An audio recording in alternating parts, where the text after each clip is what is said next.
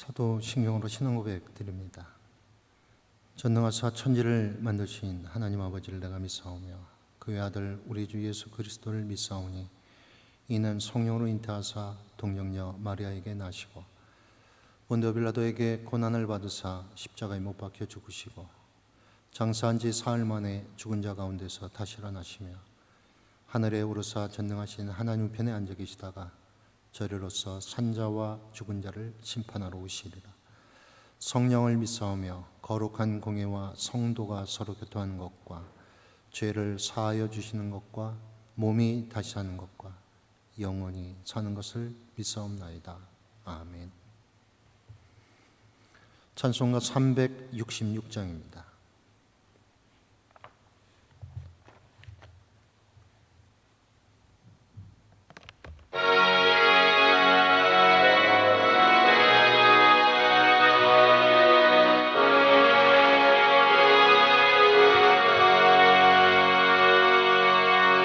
어두운 내 눈 밝히사 진리를 보게 하소서. 진리의 열쇠 내게 주사 참빛을 찾게 하소서. 깊으신 뜻을 알고자 엎드려 기다리오니 내 눈을 뜨게 하소서. 성령이여 막혀진 내 길 여시사 주님의 귀한 음성을 이기로 밝히 들을 때에 내 기쁨 한량 없겠네. 깊으신 뜻을 알고자 엎드려 기다리오니 내 길을 열어주소서.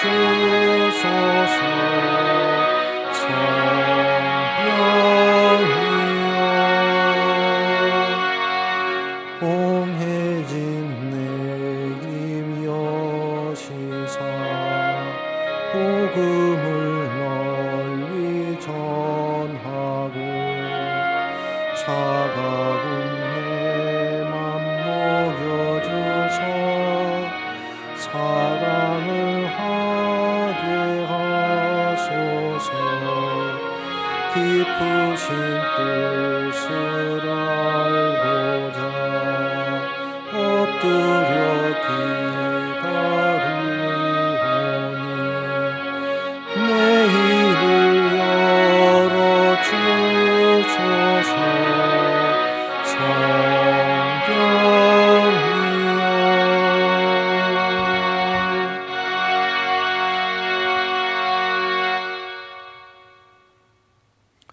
성경 말씀 열왕기하 20장 1절에서 21절까지 말씀입니다. 열왕기하 20장 1절에서 21절까지 말씀입니다.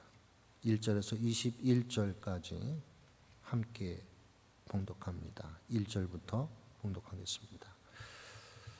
그때 히스기야가 병들어 죽게 되매 아모스의 아들 선지자가 이사야가 그에게 나아가서 그에게 이르되 여호와의 말씀이 너는 집을 정리하라. 내가 죽고 살지 못하리라 하셨나이다. 히스기야가 낯을 벽으로 향하고 여호와께 기도하여 이르되 여호와여 구하오니 내가 진실과 전심으로 주 앞에 행하며 주께서 보시기에 선하게 행한 것을 기억하소서 하고 히스기야가 심히 통곡하더라. 이사야가 성읍 가운데까지도 이르기 전에 여호와의 말씀이 그에게 임하여 이르시되 너는 돌아가서 내 백성의 주권자 히스기야에게 이르기를 왕의 조상 다윗의 하나님 여호와의 말씀이 내가 내 기도를 들었고 내 눈물을 보았노라. 내가 너를 낫게 하리니 네가 3일 만에 여호와의 성전에 올라가겠고 내가 내 날에 15년을 더할 것이며 내가 너와 이 성을 아수르 왕의 손에서 구원하고 내가 나를 위하고 또 내 종 다윗을 위함으로 이 성을 보호하리라 하셨다 하셨더라. 이사야가 이르되 무화과 반죽을 가져오라 하매 무리가 가져다가 그 상처에 놓으니 나으니라. 히스기야가 이사야에게 이르되 여호와께서 나를 낫게 하시고 3일 만에 여호와의 성전에 올라가게 하실 무슨 징표가 있나이까 하니 이사야가 이르되 여호와께서 하신 말씀을 응하게 하실 때에 대하여 여호와께로부터 왕에게 한 징표가 이 말이이다. 해 그림자가 10도를 나아갈 것이니까 혹 10도를 물러갈 것이니까 하니 히스기야가 대답하되 그림자가 10도를 나아가기는 쉬우니 그리할 것이 아니라 10도가 뒤로 물러갈 것이니다 하니라. 선지자 이사야가 여호와께 간구하며 아하스의 해시계 위에 나갔던 해 그림자를 10도 뒤로 물러가게 하셨더라. 그때 발라단의 아들 바벨론의 왕 브로닥 발라단이 히스기야가 병들었다함을 듣고 편지와 예물을 그에게 보낸지라. 히스기야가 사자들의 말을 듣고 자기 보물고의 금은과 향품과 보배로운 기능과 그의 군기고와 창고의 모든 것을 다 사자들에게 보였는데 왕궁과 그의 나라 안에 있는 모든 것 중에서 히스기야가 그에게 보이지 아니한 것이 없더라. 선지자 이사야가 히스기야 왕에게 나와 그에게 이르되 이 사람들이 무슨 말을 하였으며 어디서부터 왕에게 왔나이까? 히스기야가 이르되 먼 지방 바벨론에서 왔나이다 하니 이사야가 이르되 그들이 왕궁에서 무엇을 보았나이까 하니 히스기야가 대답하되 내궁에 있는 것을 그들이 다 보았나니 나의 창고에서 하나도 보이지 아니한 것이 없나이다 하더라. 이사야가 히스기야에게 이르되 여호와의 말씀을 들으소서. 여호와의 말씀이 날이 이르리니 왕궁의 모든 것과 왕의 조상들이 오늘까지 쌓아두었던 것이 바벨론으로 옮김가 되고 하나도 남지 아니할 것이요 또 왕의 몸에서 날 아들 중에서 사로잡혀 바벨론 왕궁의 황관이 되리라 하셨나이다 하니 히스기야가 이사야에게 이르되 당신의 전한 바 여호와의 말씀이 선하니이다 하고 또 이르되 만일 내가 사는 날에 태평과 진실이 있을진데 어찌 선하지 아니하리요 하니라. 히스기야의 남은 사적과 그의 모든 업적과 저수지와 수도를 만들어 물을 성 안으로 끌어들인 일은 유다 왕 역대 지략에 기록되지 아니하였느냐. 히스기야가 그의 조상들과 함께 자고 그의 아들 므낫세가 대신하여 왕이 되니라. 아멘. 열왕기하 18장부터 유다 왕 히스기야를 집중 조명합니다. 히스기야는 강대국 아수르의 대군의 위협 앞에서 오직 기도했습니다. 그 기도를 들으신 하나님께서 밤새 아수르의 군사 18만 5천 명을 송장으로 만드셨습니다. 국가의 풍전등화의 위기 속에서 구출된 남유다 잔치를 열고 모두가 행복해야 할 시점에 오늘 본문 20장은 비보로 서막을 엽니다. 본문 1절 말씀입니다. 그때 히스기야가 병들어 죽게 되매 아모스의 아들 선지자 이사야가 그에게 나와서 그에게 이르되 여호와의 말씀이 너는 집을 정리하라 내가 죽고 살지 못하리라 하셨나이다. 승리에 도취되어 기쁨이 충만할 이스라엘과 히스기야 왕에게 찬물을 끼얹는 하나님의 예언 앞에 히스기야는 간절하게 기도를 합니다. 그의 간절함이 얼마나 뜨거웠던지 이사야가 성읍을 빠져나가기도 전에 하나님께서는 마음을 돌린 그의 눈물을 보았다며 15년의 수원을 연장해 주십니다. 그리고 그 표징으로 아하스의 해식의 그림자를 15도 뒤로 돌려 이를 확증해 주십니다. 그는 기도로서 나라도 구하고 자신의 목숨도 구해본 경험자였습니다. 그런데 이후의 내용들은 매우 의아합니다. 히스기야가 병이 들었다는 소식을 듣고 바벨론 왕 브로닥 발라단이 편지와 예물을 서신을 통해 전합니다. 그런데 히스기야 행동이 심상치 않습니다. 오늘 보면 13절 말씀입니다. 히스기야가 사자들의 말을 듣고 자기 보물고의 금은과 향품과 보배로운 기름과 그의 군기고와 창고의 모든 것을 다 사자들에게 보였는데 왕궁과 그의 나라에 있는 모든 것 중에서 히스기야가 그에게 보이지 아니한 것이 없더라. 이사야 39장의 동일한 내용을 기록한 것을 살펴보면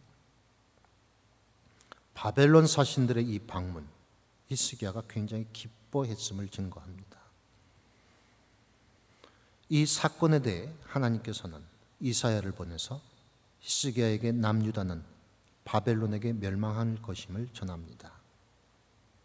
하나님께서 나라의 위기 가운데 또 자신의 죽음 앞에서 히스기야의 기도에 응답해 주신 것이 얼마 전인데 왜 난데없이 멸망을 선포하셨습니까?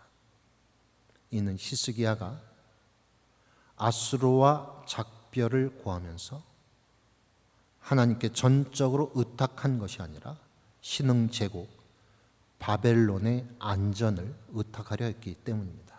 그래서 바벨론의 사신의 히스기야는 기쁜 마음으로 왕국의 모든 것을 다 보여준 것입니다.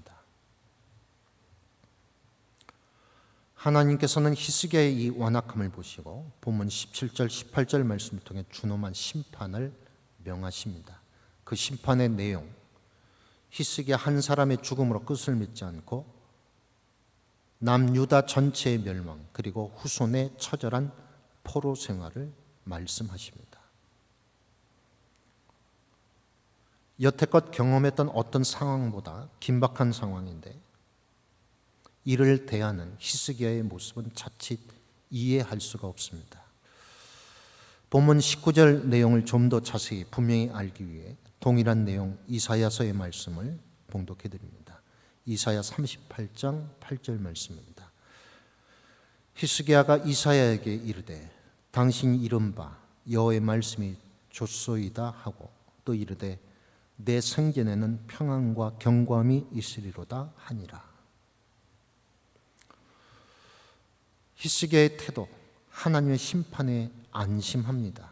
왜냐하면 자신의 생전에는 평안과 견고함이 있을 것이기 때문입니다. 히스기야에게서 지독한 이기심이 느껴지십니까? 이것이 바로 인간의 본성입니다. 나와 당장 관련된 문제에 대해서는 촉각을 곤두세우지만 내 곁을 조금만 떠난 것들에 대해서는 무관심합니다. 히스기야, 지독한 영적 근시를 가진 자입니다. 도무지 멀리 바라볼 수가 없었습니다. 그래서 자신이 당면한 문제에는 눈물을 흘리고 기도하지만 자신의 범주를 벗어난 문제에 대해서는 전혀 관심을 가지지 않습니다.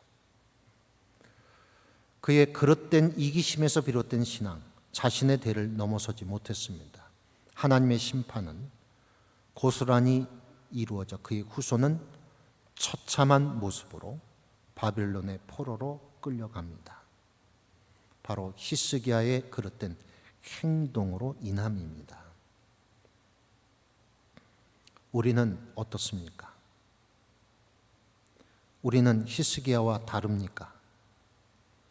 예수님께서 우리를 양으로 비유하셨는데 이 양이라고 하는 동물 지독한 근시입니다. 자신의 코 앞밖에는 보지 못합니다. 그래서 앞에 동료들을 따라 줄져 다니다 늘 위험에 처합니다. 우리의 코앞만 보게 만드는 영적 근시, 우리를 절벽으로 내몬니다. 우리는 세계 각국에서 어린 목숨들이 파리 목숨처럼 생을 마감해도 눈도 깜짝하지 않습니다. 아니, 세계가 아니라도 우리 사회의 아픔에 대해서도 눈을 감습니다. 그러나 내 자녀의 수능 시험이 중요하고 내 자녀의 취업과 결혼, 아파트 마련은 우리의 당면 과제들입니다. 이때 우리는 눈물이 터져 나옵니다. 나처럼 모진 삶을 사는 사람 없다고 하나님께 하소연합니다. 그러나 한 고비를 넘기면 또 다른 고비가 있을 뿐, 이 땅에서 영적 근시의 삶은 오랜 시간이 지나도 크게 달라지지 않습니다. 이러한 근시는 오직 하나님의 말씀으로 우리의 영혼의 시력을 교정할 수 있습니다. 히스기야는 하나님의 메시지를 듣고 교정하길 원하지 않았습니다. 그리하여 그의 주변은 몰락했습니다. 우리들 역시 하나님의 말씀으로 교정되지 않으면 우리들의 이기심과 열심으로 주변을 몰락의 길로 인도할 것입니다. 우리 모두 영적 근시를 벗어버리고 깊고 높고 광활한 하나님의 시야를 가질 수 있기를 간절히 소망합니다. 우리의 기도가 우리 자신의 범주를 벗어나서 하나님과 함께 모든 것을 품기를 이 아침 간절히 소망합니다. 기도드리겠습니다. 하나님, 히스기야는 자신의 목숨을 위해서는 기도했으나 자신의 후대와 나라를 위해서는 기도하지 못했습니다. 그는 지독한 영적 근시를 가진 사람이었습니다. 그저 코앞의 일에 관심을 쏟았습니다. 주님, 저희가 그렇습니다. 오늘도 저희의 기도는 저희의 범죄를 벗어나질 못합니다. 다람쥐가 쳇바퀴 돌리듯 읊는 저희의 기도의 폭을, 기도의 깊이를 변화시켜 주옵소서. 그리하여 하나님의 나라와 의를 위해 저희의 모든 열정을 다하도록 도와주옵소서. 그리하여 저희의 눈물이 기억되어 하나님을 통해 그것을 치유하게 하옵소서. 예수님의 이름으로 기도드립니다. 아멘. 하늘에 계신 우리 아버지의 이름이 거룩히 여김을 받으시오며 나라가 임하시오며 뜻이 하늘에서 이룬 것 같이 땅에서도 이루어지이다. 오늘날 우리에게 일어날 양식을 주시옵고 우리가 우리에게 죄진 자를 사하여 준 것 같이 우리의 죄를 사하여 주시옵고 우리를 시험에 들게 하지 마시옵고 다만 악에서 구하시옵소서. 나라와 권세와 영광이 아버지께 영원히 있사옵나이다. 아멘.